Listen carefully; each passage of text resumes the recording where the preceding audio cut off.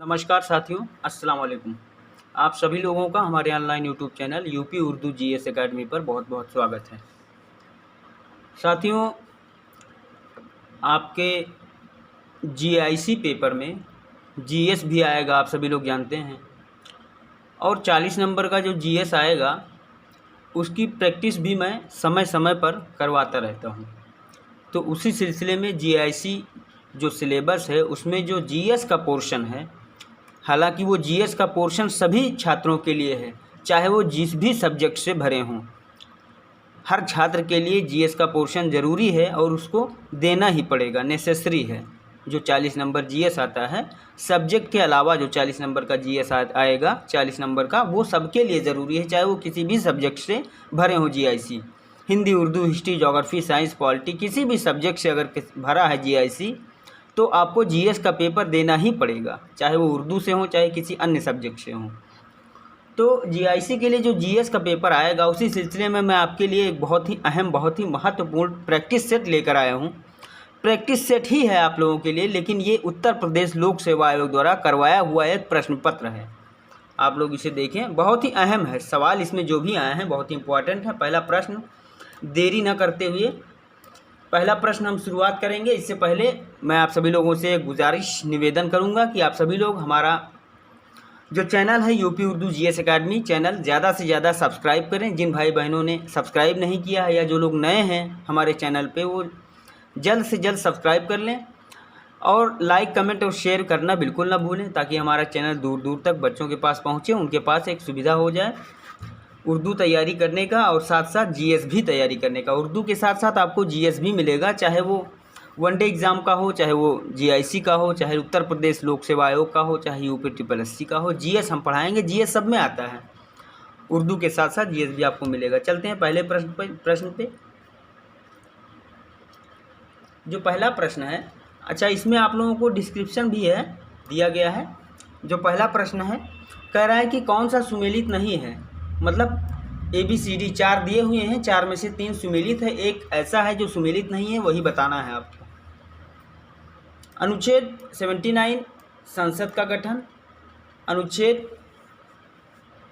226 धन विधेयक की परिभाषा, अनुच्छेद 153 राज्यों के राज्यपाल, अनुच्छेद 124 सर्वोच्च न्यायालय। ये आपको सुमेलित करना है। 3 सही है, इसमें से एक ही गलत है। तो जो धन विधेयक है साथियों, ये अनुच्छेद 110 में इसकी परिभाषा दी गई है। अनुच्छेद 110 में आप डिस्क्रिप्शन देख सकते हैं कि भारतीय संविधान के अनुच्छेद 110 में धन विधेयक को परिभाषित किया गया है। धन विधेयक को परिभाषित किया गया है। धन विधेयक केवल लोकसभा में पेश किया जा सकता है। कभी कभी पूछ लिया जाता है प्रश्न कि धन विधेयक जो है कहाँ पर प्रस्तुत किया जा सकता है, कहाँ पर पेश किया जा सकता है, राज्यसभा में या लोकसभा में। तो आप कहेंगे कि ओनली लोकसभा में, केवल लोकसभा में। कोई धन विधेयक विधेयक है, कोई विधेयक धन विधेयक है, ये कौन फैसला करेगा? देखिए, कोई विधेयक धन विधेयक है, इसका निर्धारण कौन करता है? लोकसभा अध्यक्ष करता है। कई बार पेपरों में पूछा गया है वनडे एग्जाम में कि धन विधेयक, कोई भी विधेयक धन विधेयक है या नहीं है, इसका निर्धारण कौन करता है? तो इसका निर्धारण लोकसभा अध्यक्ष करता है।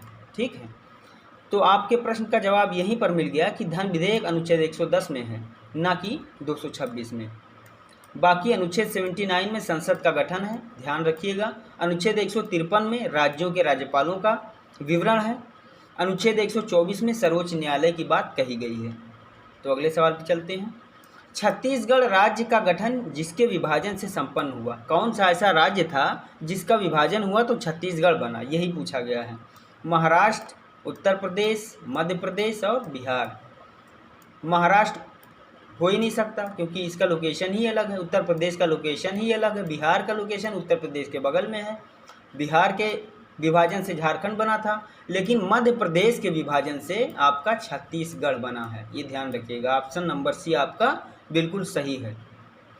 छत्तीसगढ़ राज्य का गठन मध्य प्रदेश राज्य के विभाजन के फलस्वरूप हुआ। इसका गठन 1 नवंबर 2000 को हुआ था। ये भी ध्यान रखिएगा। कभी कभी पूछ लिया जाता है कि राज्यों का पुनर्गठन या राज्यों का गठन से संबंधित सुमेलित करने के लिए आ जाता है, तो ये ध्यान रखिएगा कि छत्तीसगढ़ 1 नवंबर 2000 को 26वें राज्य के रूप में गठित किया गया, ये 26वें राज्य के रूप में। चलते हैं अगले सवाल पे।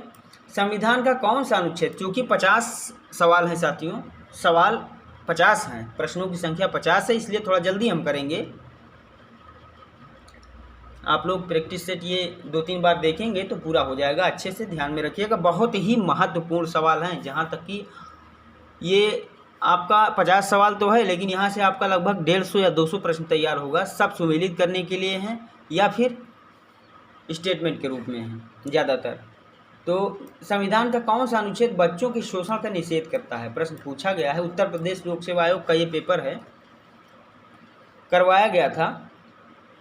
तो उत्तर प्रदेश लोक सेवा आयोग अपने पेपर में सेम यही पैटर्न रखता है, जीआईसी में भी यही पैटर्न आएगा, आप देख लीजिएगा। तो कहा गया है कि अनुच्छेद, कौन सा अनुच्छेद बच्चों के शोषण का निषेध करता है, अनुच्छेद 19 या अनुच्छेद 17 या अनुच्छेद 23 या अनुच्छेद 24। तो मैं आपको बता दूं साथियों कि जो अनुच्छेद 24 है ये बच्चों के शोषण का निषेध करता है। अनुच्छेद 24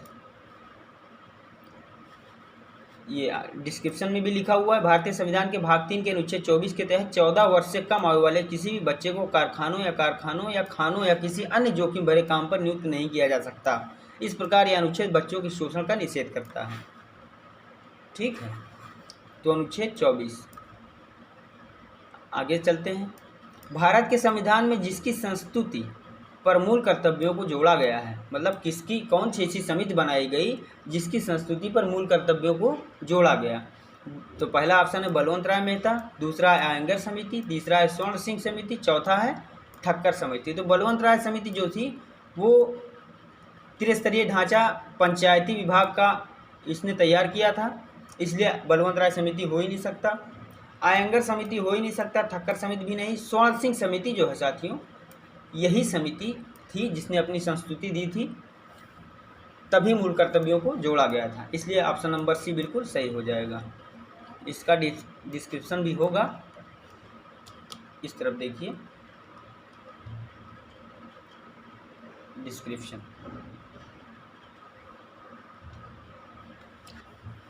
सरदार स्वर्ण सिंह समिति की संस्तुति पर संविधान के 42वें संविधान संशोधन अधिनियम 1976 42वें संविधान संशोधन अधिनियम 1976 के द्वारा मौलिक कर्तव्यों को संविधान में जोड़ा गया। वर्तमान में कुल 11 मूल कर्तव्य हैं। अगले सवाल पे चलते हैं।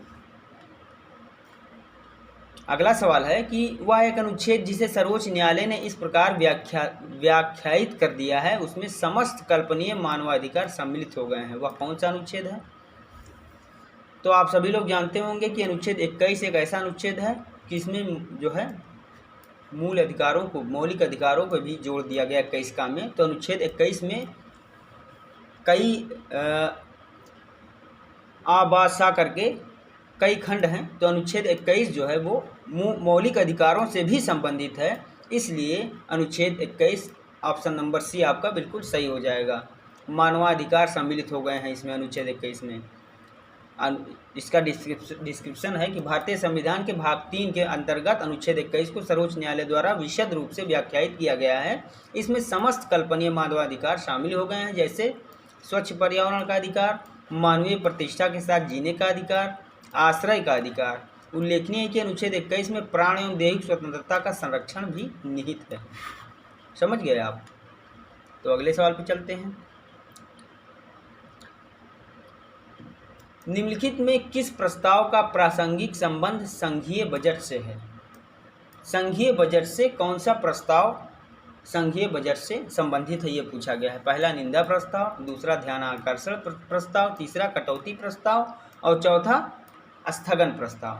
तो जो संघीय बजट से संबंधित प्रस्ताव है वो कटौती प्रस्ताव है। कटौती प्रस्ताव ऑप्शन नंबर सी बिल्कुल सही हो जाएगा। डिस्क्रिप्शन देख लीजिए। कटौती प्रस्ताव का प्रासंगिक संबंध संघीय बजट से है। यह 3 प्रकार के होते हैं: नीति कटौती प्रस्ताव, आर्थिक कटौती प्रस्ताव और सांकेतिक कटौती प्रस्ताव। तो इसमें से जो कटौती प्रस्ताव है वही हो जाएगा संघीय बजट से संबंधित। अगले सवाल पर चलते हैं। राष्ट्रपति द्वारा राज्यसभा के कितने सदस्य मनोनीत किए जा सकते हैं। ये आसान प्रश्न है, आप सभी लोगों से बहुत सारे लोग जानते होंगे। पहला 8, दूसरा 10, तीसरा 12, चौथा 14। तो मैं आप सभी को बता देना चाहता हूं कि राष्ट्रपति द्वारा राज्यसभा में 12 सदस्य मनोनीत किए जा सकते हैं, लेकिन हाल ही में इसमें परिवर्तन किया गया है। वो परिवर्तन आगे क्लास में हम बताएंगे, लेकिन फ़िलहाल ये आप 12 ही रखिएगा, क्योंकि और कोई ऑप्शन हो ही नहीं सकता। तो अगले सवाल पे चलते हैं। तो अगला प्रश्न है साथियों कि राष्ट्रपति लोकसभा में किस सीमा तक आंग्ल भारतीय समुदाय के सदस्यों को मनोनीत कर सकता है। तो आप सभी लोग जानते होंगे कि 2 से अधिक आंग्ल भारतीय समुदाय को मनोनीत कर सकता है राष्ट्रपति। कहाँ? लोकसभा में 2 से अधिक। ठीक है, तो अनुच्छेद number B, option number B बिल्कुल सही है। ऑप्शन नंबर बी बिल्कुल सही है। इसका डिस्क्रिप्शन देखिए। भारतीय संविधान के अनुच्छेद 331 के अनुसार अनुच्छेद 81 में किसी बात के होते हुए भी यदि राष्ट्रपति की यह राय है कि लोकसभा में आंग्ल भारतीय समुदाय का प्रतिनिधित्व पर्याप्त नहीं है, वह लोकसभा में उस समुदाय के 2 से अधिक सदस्यों को नाम निर्देशित कर सकता है। 104वें संविधान संशोधन विधेयक द्वारा इस संविधान को निरस्त कर दिया गया है। 104वां संविधान संशोधन हुआ है, 104वां, उसमें जो है ये निरस्त कर दिया गया है। अभी तक तो यही था कि आंग्ल भारतीय 2 आंग्ल भारतीयों को या 2 से अधिक आंग्ल भारतीयों को राष्ट्रपति जो है लोकसभा में मनोनीत कर सकता है, लेकिन 104वां संविधान संशोधन अभी हाल ही में हुआ है जो उसमें इसको निरस्त कर दिया गया है। तो यहाँ पर ऑप्शन नंबर बी बिल्कुल सही हो जाएगा। अगले सवाल पर चलते हैं। निम्नलिखित में कौन अनन्य रूप से प्रकाशिकीय तंत्र से संबंधित थी? प्रकाशिकीय तंत्र से संबंधित थी। पहला पॉल एप्पलबी रिपोर्ट, दूसरा संथानम समिति रिपोर्ट, तीसरा सरकारिया आयोग रिपोर्ट, चौथा उपर्युक्त में से कोई नहीं। तो सरकारिया आयोग रिपोर्ट हो ही नहीं सकता, ये केंद्र राज्य के बंटवारे से संबंधित है। संथानम समिति रिपोर्ट ये भी नहीं हो सकता। इसमें पॉल एप्पलबी रिपोर्ट जो है ऑप्शन नंबर ए बिल्कुल सही है। जो पॉल एप्पलबी रिपोर्ट है वो प्रकाशिकीय तंत्र से संबंधित है। इसका डिस्क्रिप्शन देखिए। पॉल एच एप्पलबी रिपोर्ट अनन्य रूप से प्रकाशिकीय तंत्र से संबंधित थी, जबकि सरकारिया आयोग रिपोर्ट केंद्र एवं राज्य संबंधी तथा संथानम रिपोर्ट भ्रष्टाचार संबंधी रोकथाम से संबंधित थी। आपको तीनों ऑप्शन के बारे में पता हो गया। अगले सवाल पे चलते हैं। ये सुमेलित नहीं है, इसमें से वो पूछा गया है कि इसमें से कौन सा सुमेलित नहीं है। लखनऊ छावनी परिषद, कानपुर नगर निगम, गाजियाबाद नगर पालिका परिषद, काकोरी नगर पंचायत। इसमें से पूछ रहा है कौन सा सुमेलित नहीं है। 3 सुमेलित है और 1 सुमेलित नहीं है। जो लखनऊ है वो छावनी परिषद है, बिल्कुल सही है। कानपुर नगर निगम है, ये भी सही है। काकोरी नगर पंचायत है, ये भी सही है। लेकिन गाजियाबाद नगर पालिका परिषद नहीं है। नगर पालिका परिषद नहीं है। तो इस तरह से आपका ऑप्शन नंबर सी बिल्कुल सही हो जाएगा, यही सुमेलित नहीं है। गाजियाबाद नगर निगम है, ये देखिए नगर निगम है, गाजियाबाद नगर निगम है। यहाँ पर लिखा था नगर पालिका परिषद, तो ये गलत था, इसलिए ऑप्शन नंबर आपका सी बिल्कुल सही हो जाएगा, यही सुमेलित नहीं है। अगले सवाल पर चलते हैं। पंचायतों में अध्यक्ष पद के लिए आरक्षण का आधार है। पंचायतों में अध्यक्ष पद के लिए आरक्षण का आधार है, कौन सा आधार है? पंचायतों में अध्यक्ष पद के लिए आरक्षण का कौन सा आधार है? लिंग और धर्म, धर्म और जाति, जाति और आयु, लिंग और जाति। तो आप सभी लोग जानते हैं पंचायतों में आरक्षण किस तरह से होता है, लिंग और जाति। धर्म के आधार पर कोई भी जो है आरक्षण नहीं है, जाति के आधार पर है और लिंग के आधार पर है। आप देखते होंगे कभी एससी से निकलता है, कभी जनरल से निकलता है ना। जाति के आधार पर है, जबकि धर्म के आधार पर नहीं है, कैटेगरी के आधार पर है, लिंग के आधार पर है, महिला और पुरुष दोनों निकलता है। तो इसलिए ऑप्शन नंबर डी बिल्कुल सही हो जाएगा। चलते हैं अगले सवाल पे।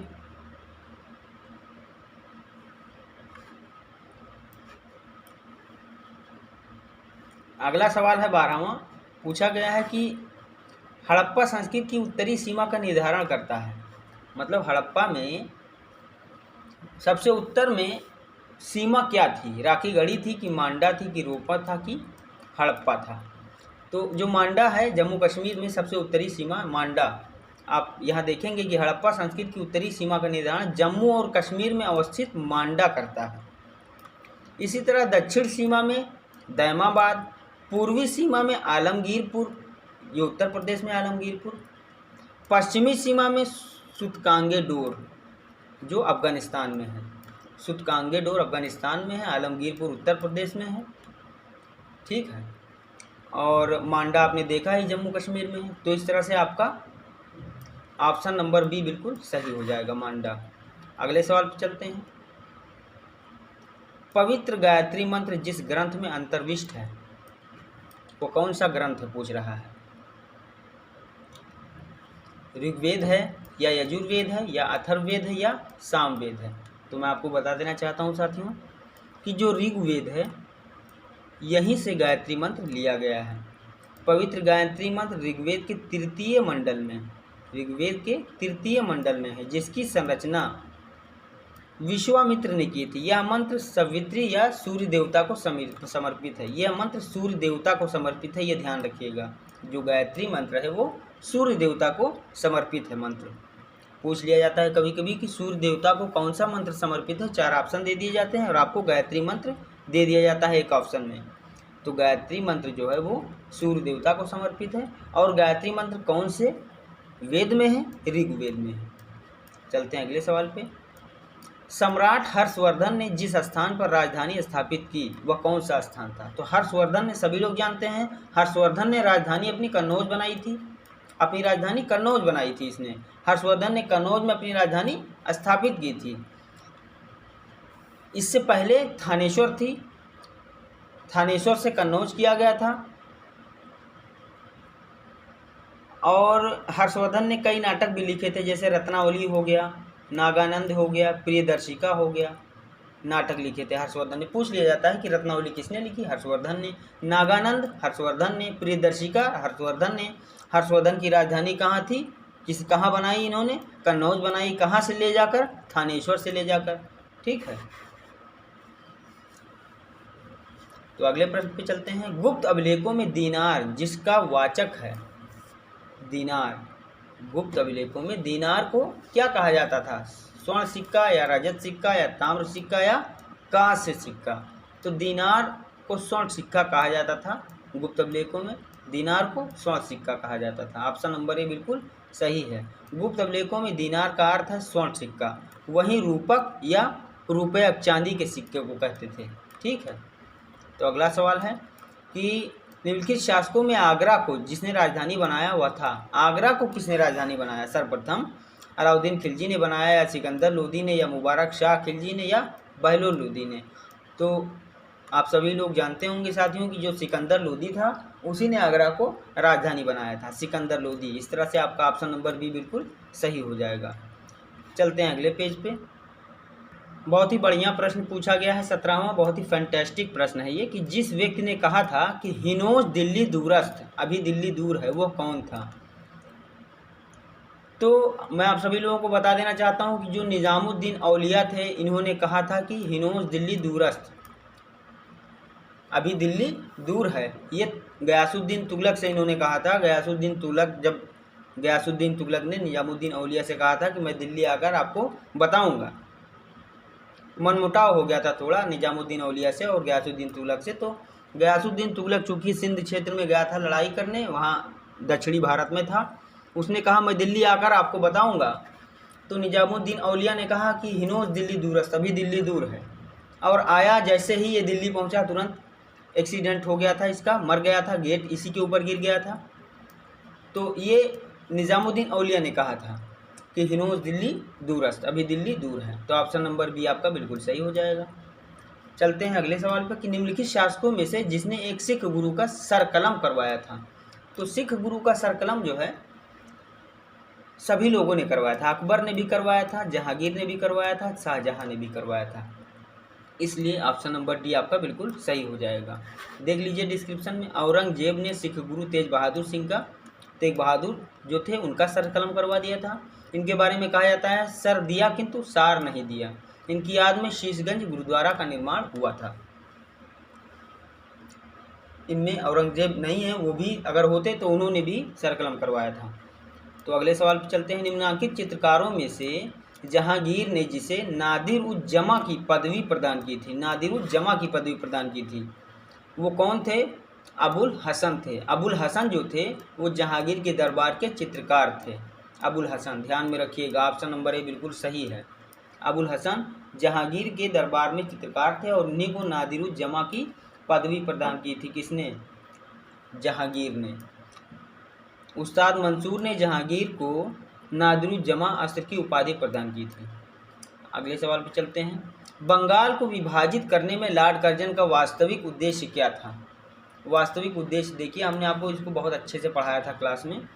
मुस्लिम बाहुल एक प्रांत की सृष्टि, पूर्वी बंगाल के आर्थिक विकास में सहायता, बंगाल में राष्ट्रीयता से जुड़े शक्तियों का निर्बलीकरण करना, उपयुक्त में से कोई नहीं। तो सी वाला जो है ना वो बिल्कुल सही है। निर्बलीकरण करना मतलब कमज़ोर करना, बंगाल में जो शक्तियाँ थीं राष्ट्रीयता की उसे कमज़ोर करना, यही मुख्य कारण था अंग्रेज़ों का। तभी जो है लॉर्ड कर्जन ने बंगाल विभाजन का षड्यंत्र रचा था। ठीक है, अगले सवाल पर चलते हैं। 1905 में बंगाल विभाजन हुआ था, आप सभी लोग जानते हैं। अगले सवाल पर चलते हैं।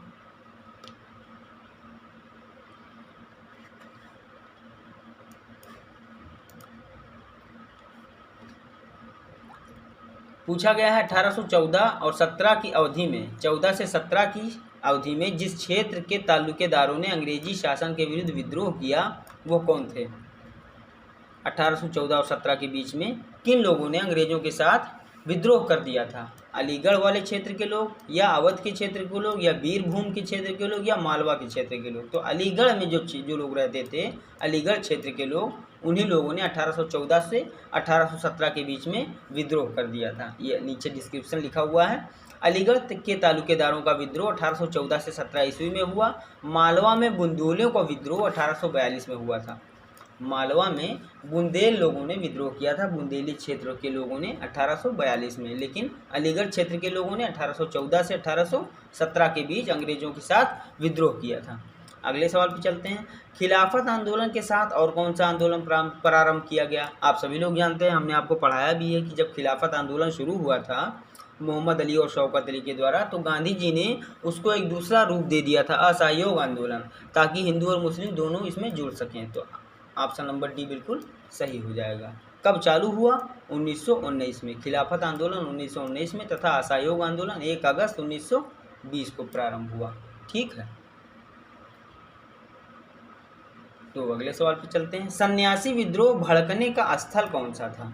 सन्यासी विद्रोह जो हुआ वो कहाँ पर हुआ था? अवध क्षेत्र में, या बंगाल क्षेत्र में, या हरियाणा में, या पंजाब में? तो जो सन्यासी विद्रोह हुआ था साथियों वो बंगाल क्षेत्र में हुआ था। आप सभी लोग जानते होंगे, ये आसान क्वेश्चन था। सन्यासी विद्रोह भड़कने का स्थल बंगाल था। इस विद्रोह का उल्लेख बंकिम चंद्र चटर्जी ने अपने उपन्यास आनंद मठ में किया है। कभी कभी पूछ लिया जाता है कि आनंद मठ किसका है, तो आप कहेंगे बंकिम चंद्र चटर्जी का। अगले सवाल पे चलते हैं। मुंडा बगावत का नेता कौन था? मुंडा बगावत का नेता कौन था? तो बिरसा मुंडा, आप सभी लोग जानते हैं, बिरसा मुंडा का नाम भी सुना होगा आपने। ये मुंडा बगावत जो हुआ था वो अगुवाकार थे। ये बिरसा मुंडा जो है अगुवाकार थे। ये जनजातियों का एक विद्रोह था जो 1899 से 1900 के बीच नेता थे ये बिरसा मुंडा। और इसमें सिद्धू और कान्हू जो थे उन्होंने संथाल विद्रोह का नेतृत्व किया था। 1855-1856 में संथाल विद्रोह हुआ था। मुंडा विद्रोह 1899 से 1900 के बीच हुआ था और 55-56 में संथाल विद्रोह हुआ था। ध्यान में रखिएगा, सुमेलित करने के लिए अभी आएगा आगे। अगला सवाल है, निम्नलिखित में से वह कौन सा व्यक्ति था जिसने 1931 में गुरुवायूर मंदिर में अछूतों के प्रवेश संबंधी प्रयाण का नेतृत्व किया था? तो ये एक सत्याग्रह हुआ था साथियों 1931 में, 1 नवंबर 1931 को। और इस सत्याग्रह में केलप्पन द्वारा ये सत्याग्रह किया गया था 1 नवंबर 1931 में। ये डिस्क्रिप्शन आप पढ़ लीजिए कि गुरुवायूर सत्याग्रह का आरंभ 1 नवंबर 1931 में केलप्पन द्वारा किया गया था। इसमें प्रसिद्ध कवि टी सुब्रमण्यम तिरुमाम्बू द्वारा 16 स्वयं सेवकों के एक जत्थे का नेतृत्व किया गया। इस आंदोलन के अन्य नेता A.K. गोपालन, मन्नथ पद्मनाभन तथा N.P. दामोदरन थे। तो इनमें जो है सिर्फ एक ही नाम आपको मिलता है, ये T.S. तिरुमाम्बू। तो ऑप्शन नंबर 4 बिल्कुल सही हो जाएगा। बाकी और जो नाम हैं इसमें, जैसे N.P. दामोदरन, मन्नथ पद्मनाभन और A.K. गोपालन, ये तीनों नाम इसमें मिलता नहीं है, यही एक नाम मिलता है T.S. तिरुमाम्बू। तो ऑप्शन नंबर 4 बिल्कुल सही हो जाएगा। अगला प्रश्न, भारत पाक के मध्य शिमला समझौता जिस वर्ष हस्ताक्षरित किया गया वो वर्ष कौन सा था? शिमला समझौता कब हुआ, ये पूछा गया है। तो आप सभी में से बहुत सारे लोग जानते होंगे कि शिमला समझौता भारत और पाकिस्तान के मध्य 1972 में हुआ था। 1972 में, ऑप्शन नंबर ए बिल्कुल सही हो जाएगा। तो अगले पेज पे चलते हैं। तो अगला प्रश्न है साथियों कि निम्नलिखित विश्वविद्यालयों में जिसकी स्थापना 1916 में हुई थी वो कौन सा विश्वविद्यालय है? तो आप सभी लोग जानते होंगे कि बनारस हिंदू विश्वविद्यालय 1916 में ही स्थापित किया गया था। बनारस हिंदू विश्वविद्यालय 1916 में, ऑप्शन नंबर सी बिल्कुल सही हो जाएगा।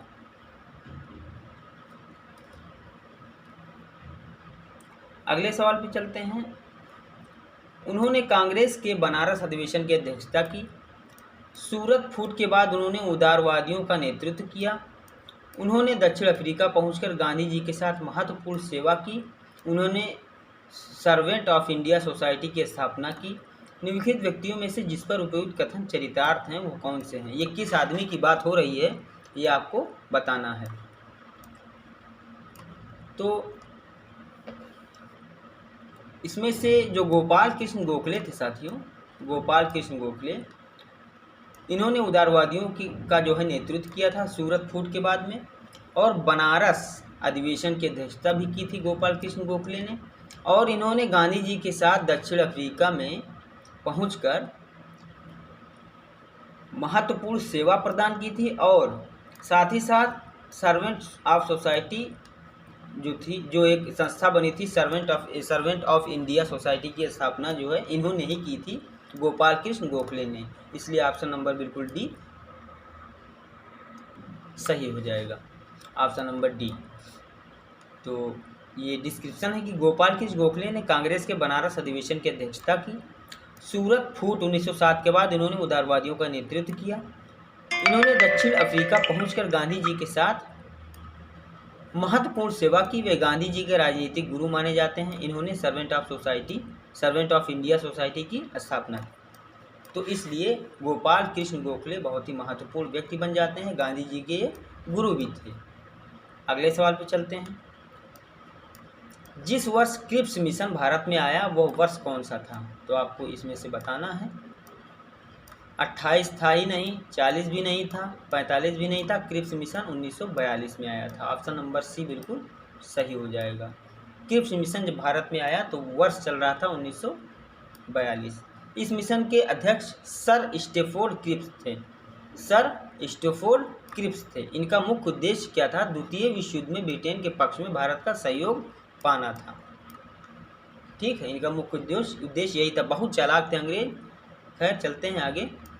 निम्नलिखित में से जिन्होंने वर्नाकुलर प्रेस एक्ट का निरसन किया वह थे।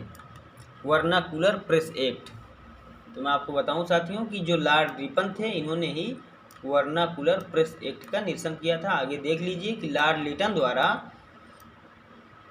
1878 ईस्वी में देसी समाचार पत्रों पर नियंत्रण रखने के लिए वर्नाकुलर प्रेस एक्ट लाया गया था। किसके द्वारा लाया गया था? लाया गया था लॉर्ड लिटन के द्वारा। और लॉर्ड रिपन ने वर्नाकुलर प्रेस एक्ट का निरसन कर दिया, मतलब इसको निरस्त कर दिया था। तो निरसन मतलब निरस्त होता है। और लाया कौन था? लॉर्ड लिटन। निरस्त किसने किया था? लॉर्ड रिपन ने। ठीक, लिटन लाया, ला से लिटन, ला से लाया, तो लिटन लाया था और रिपन ने इसको निरस्त कर दिया था। ठीक है, कब लाया? 1878 ईस्वी में देसी समाचार पत्रों पर नियंत्रण रखने के लिए वर्नाकुलर प्रेस एक्ट लाया था ये इसने, और सभी देसी समाचार जो थे उसको उस पर प्रतिबंध लगा दिया था। ठीक है, तब जब लॉर्ड रिपन आए तो इन्होंने प्रतिबंध हटा दिया। वर्नाकुलर प्रेस एक्ट के मुंह बंद करने वाला अधिनियम कहा जाता है इसको। मुंह बंद करने वाला अधिनियम क्यों कहा जाता है? क्योंकि जितने भी समाचार पत्र थे, समाचार एजेंसियां थी देसी, उन्हें बंद कर दिया गया था। इसीलिए इसको मुंह बंद करने वाला अधिनियम कहा जाता है। अगले सवाल पे चलते हैं।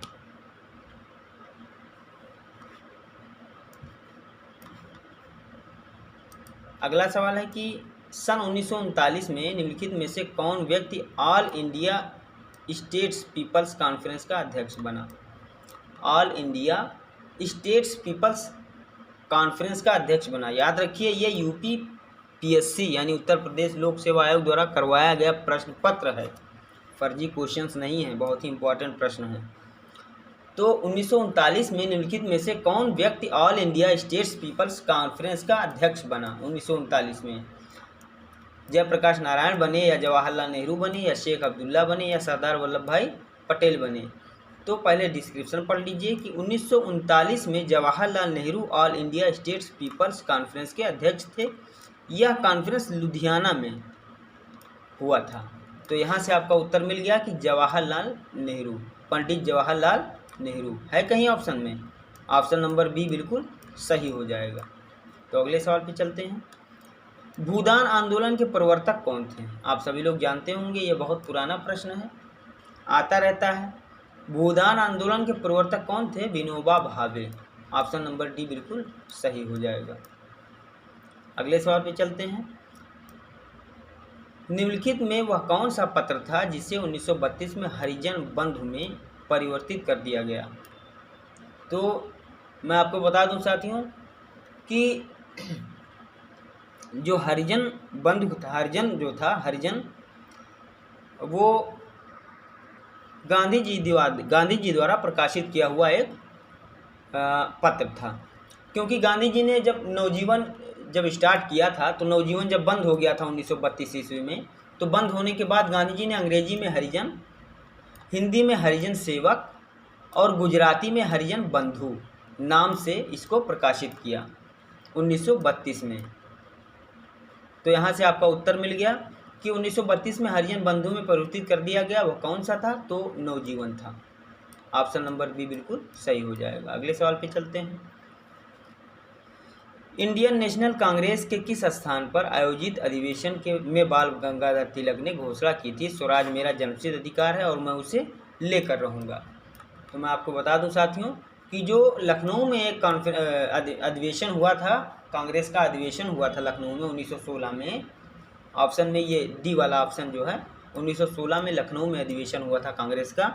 इसी अधिवेशन में बाल गंगाधर तिलक ने कहा था कि स्वराज मेरा जन्मसिद्ध अधिकार है और मैं इसे लेकर रहूँगा। लखनऊ अधिवेशन 1916 में। डिस्क्रिप्शन में भी वही लिखा है, आप लोग डिस्क्रिप्शन पढ़ लीजिएगा। अगला सवाल है कि नमक सत्याग्रह के दौरान गांधी जी के गिरफ्तार हो जाने पर आंदोलन के नेतृत्व का भार जिन्होंने संभाला वो कौन व्यक्ति थे? जब नमक सत्याग्रह हुआ था उसके बाद गांधी जी गिरफ्तार हो गए थे। गांधी जी और तमाम जो वरिष्ठ तबके के नेता थे वो गिरफ्तार हो गए थे। तो किसने संभाला था उस आंदोलन का नेतृत्व, किसने किया था? तो मैंने पढ़ाया था, जब मैं क्लास पढ़ा रहा था, अब्बास तैयब जी का नाम आया था। अब्बास तैयब जी गांधी जी के गिरफ्तार होने के बाद, यानी ये ध्यान रखिएगा कि नमक सत्याग्रह, गांधी जी जेल कई बार गए थे ना, तो जो नमक सत्याग्रह हुआ, तो नमक सत्याग्रह के दौरान जब गांधी जी जेल चले गए थे, गिरफ्तार हो गए थे, तब उस समय उस आंदोलन का नेतृत्व अब्बास तैयब जी ने किया था। इस तरह से आपका ऑप्शन डी बिल्कुल सही हो जाएगा। चलते हैं अगले पेज पे। अगला प्रश्न साथियों कि वह कौन सा वर्ष था जब इंडियन नेशनल कांग्रेस ने पूर्ण स्वाधीनता को अपना लक्ष्य अंगीकृत किया? इंडियन नेशनल कांग्रेस ने कहा कि हमारा लक्ष्य है पूर्ण स्वराज, ठीक है। तो वो कौन सा वर्ष था? तो मैं आपको बता देना चाहता हूँ कि 1929 का वो वर्ष था, और 1929 में इंडियन नेशनल कांग्रेस ने कहा कि पूर्ण स्वराज हमारा लक्ष्य है, ठीक, निर्धारित किया। और ये 1929 में लाहौर में अधिवेशन था कांग्रेस का। लाहौर अधिवेशन में जवाहरलाल नेहरू की अध्यक्षता में ये कहा गया था, ये लक्ष्य लिया गया था। और 26 जनवरी 1930 26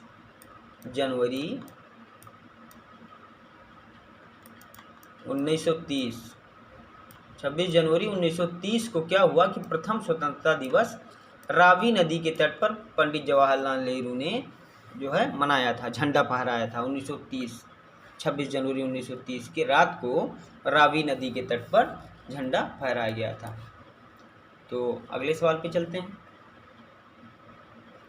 किस आंदोलन के चलते रविंद्रनाथ ठाकुर ने आमार सोनार बांग्ला नामक गीत की रचना की? रविंद्रनाथ ठाकुर ने आमार सोनार बांग्ला नामक गीत की रचना की। कौन सा आंदोलन उस समय चल रहा था? तो उस समय चल रहा था स्वदेशी आंदोलन। बात उस समय की है साथियों जब स्वदेशी आंदोलन चल रहा था। डिस्क्रिप्शन देखिए। 1905 में बंगाल विभाजन के विरोध में उत्पन्न स्वदेशी आंदोलन के दौरान रविंद्रनाथ ठाकुर ने आमार सोनार बांग्ला नामक गीत की रचना की। आगे चलकर यह बांग्लादेश का राष्ट्रगान बन गया। ठीक है, तो अगले सवाल पे चलते हैं।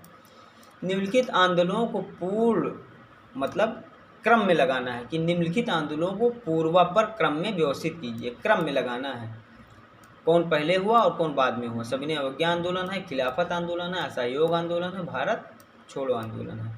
तो मैं आपको बता दूं कि इसमें खिलाफत आंदोलन 1919 में हुआ था, असहयोग आंदोलन 1920 में हुआ था।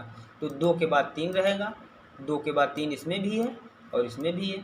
फिर आगे देख लेते हैं। सविनय अवज्ञा आंदोलन और भारत छोड़ो आंदोलन में पहले कौन सा हुआ था? तो मैं आपको बता दूं साथियों कि सविनय अवज्ञा आंदोलन जो हुआ था वो 1930 में हुआ था। भारत छोड़ो आंदोलन 1930 के बाद हुआ था। तो यानी कि 2, 3, 1 और 4, 2, 3, 1 और 4, ऑप्शन नंबर 3 बिल्कुल सही है। डिस्क्रिप्शन देख लीजिए।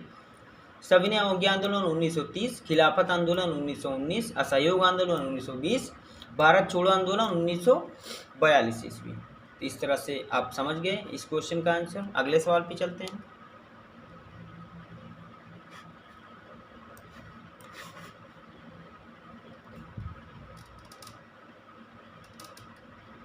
अगला सवाल है साथियों, दिन के प्रकाश में हरित पर्णों का क्लोरोफिल सार जिस वर्ण में प्रदीप्त होता है वह कौन सा है? तो वो है लाल। लाल जो होता है वही क्लोरोफिल सार जो है इसी प्रदीप्त में वर्णित होता है, इसी प्रकाश में। तो पूछ रहा है कि दिन के प्रकाश में हरित पर्णों का क्लोरोफिल सार जिस वर्ण में प्रदीप्त होता है वो कौन सा है? तो वो लाल है। ऑप्शन नंबर ए बिल्कुल सही हो जाएगा। डिस्क्रिप्शन पढ़ लीजिए। दिन के प्रकाश में हरित पर्ण के क्लोरोफिल सार द्वारा अवशोषित कुल प्रकाश का 1 से 2% प्रदीप्त होता है। क्लोरोफिल द्वारा प्रकाश ऊर्जा के कुछ अंश में अवशोषण के बाद निम्न ऊर्जा की तरंग या प्रकाश प्रदीप्त होती है। इस प्रकार प्रदीप्त की अवस्था में क्लोरोफिल लाल रंग का दिखाई देता है। ये ध्यान रखिएगा, लाल रंग। ऐसा क्वेश्चन आएगा तो तुरंत आप टिक करिएगा। अगला सवाल है, सूर्य की विकिरण ऊर्जा जिसका परिमाण है, परिमाण क्या है? सूर्य की विकिरण ऊर्जा का परिमाण क्या है? आप सभी लोग जानते हैं, नाभिकीय संलयन। नाभिकीय संलयन सूर्य का जो ऊर्जा है, सूर्य की विकिरण ऊर्जा है, इसका परिमाण क्या है? परिणाम नाभिकीय संलयन। इसका परिणाम नाभिकीय संलयन है। ऑप्शन नंबर बी बिल्कुल सही हो जाएगा। अगले सवाल पे चलते हैं कि दांत कर्बुरित को हो जाते हैं जब पेयजल में प्रचुर मात्रा रहती है। अच्छा, ये कह रहा है कि दांत जो है खराब हो जाते हैं, दांत खराब हो जाते हैं, घिस जाते हैं, कट फट जाते हैं जब पेयजल में मात्रा किसकी ज़्यादा रहती है? फ्लोरीन की कि क्लोरीन की कि मरकरी की कि जिंक की? तो मैं आपको बता दूं कि जब फ्लोरीन की मात्रा अधिक होती है जल में तभी दांत खराब होते हैं।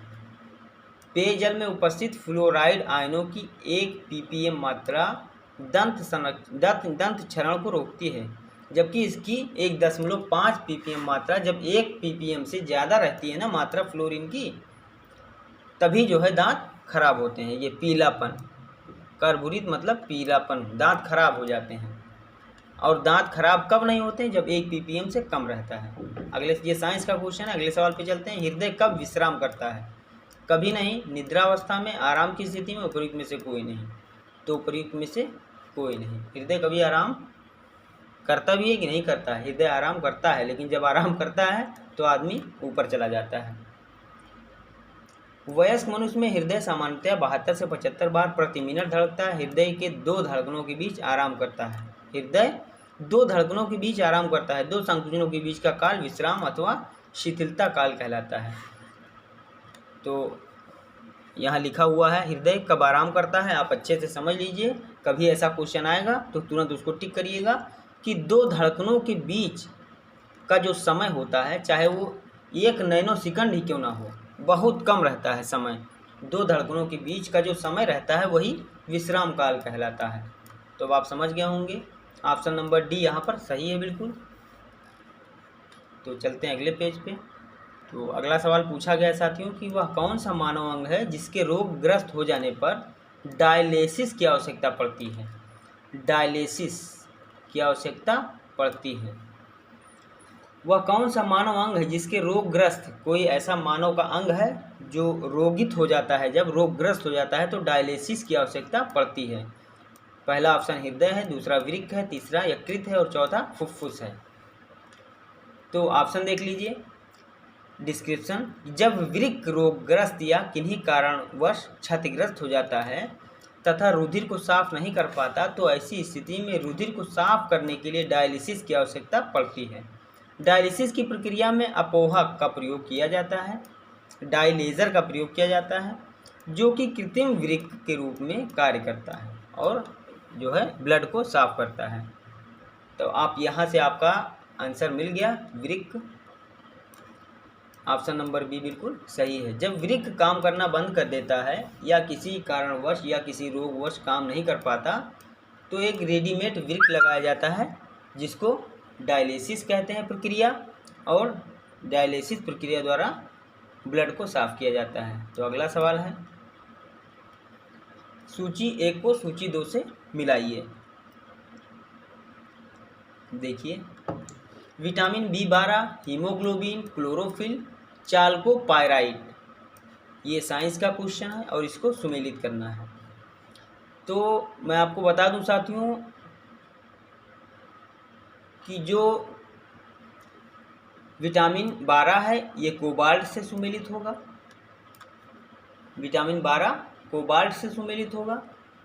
वहीं पर अगर हीमोग्लोबिन देखा जाए, हीमोग्लोबिन, तो हीमोग्लोबिन जो है मैग्नीशियम से सुमेलित होगा। मैग्नीशियम में, हीमोग्लोबिन में आयरन होता है, सॉरी। विटामिन B12 कोबाल्ट से, हीमोग्लोबिन आयरन से और क्लोरोफिल ये मैग्नीशियम से सुमेलित होगा। वहीं पर चाल्कोपाइराइड कॉपर से। तो ऐसे सुमेलित करने के लिए आता है। तो ए का 2, बी का 4, सी का 1, ए का 2, बी का 4, सी का 1, पहला ही ऑप्शन सही है, और डी का 3। तो आप समझ गए कि विटामिन B12 कोबाल्ट से, हीमोग्लोबिन आयरन से, क्लोरोफिल में मैग्नीशियम पाया जाता है, चाल्कोपाइराइड कॉपर से। चलते हैं अगले सवाल पे। विकिरण चिकित्सा में कोबाल्ट 60 को इसलिए प्रयोग किया जाता है क्योंकि उसके विशिष्ट गुण के कारण उत्सर्जित होती है। क्या उत्सर्जित होती है? अल्फा किरणें या बीटा किरणें या एक्स किरणें या गामा किरणें। तो जो विकिरण चिकित्सा होती है साथियों, इसमें गामा किरणों की आवश्यकता पड़ती है, और गामा किरणों की आवश्यकता पड़ने की वजह से हम कोबाल्ट 60 का प्रयोग करते हैं। तो कोबाल्ट 60 से कौन सी किरणें उत्सर्जित होती हैं? गामा किरणें। ऑप्शन नंबर डी बिल्कुल सही हो जाएगा। चलते हैं अगले सवाल पे।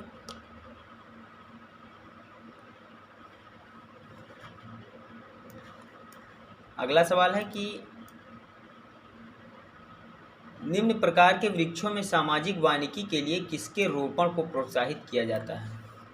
सामाजिक वानिकी के लिए साथियों, सामाजिक वानिकी के लिए बहुउपयोगी वृक्षों के रोपण को प्रोत्साहित किया जाता है। ठीक है, तो इसमें फल आएगा नहीं, ईंधन आएगा नहीं, चारा आएगा नहीं, सब यानी बहुउपयोगी है। सामाजिक वानिकी के लिए रोपण हम बहुउपयोगी करते हैं, तो इसलिए ऑप्शन नंबर डी बिल्कुल सही हो जाएगा। ये उत्तर प्रदेश लोक सेवा आयोग द्वारा करवाया गया प्रश्न पत्र है साथियों, बहुत ही ध्यान से और सीरियसली इसको देखिएगा। निम्नलिखित में मीन कौन सी है? क्रे फिश है या फ्लाइंग फिश है या सिल्वर फिश है या कटल फिश है? तो मीन एक फिश का नाम है और ये कैटेगरी है, इसलिए ये मीन कौन सी कैटेगरी को कही जाती है? फ्लाइंग फिश को ही मीन कहते हैं। ऑप्शन नंबर बी बिल्कुल सही है। Flying fish, cat fish, pipe fish, paddle fish और गोल्ड फिश आदि फिश का वास्तविक नाम क्या है? मीन है। ठीक है, जबकि crayfish, cuttlefish, silverfish, jellyfish ये असत्य मीन है, लेकिन वास्तविक रूप से मीन कौन है?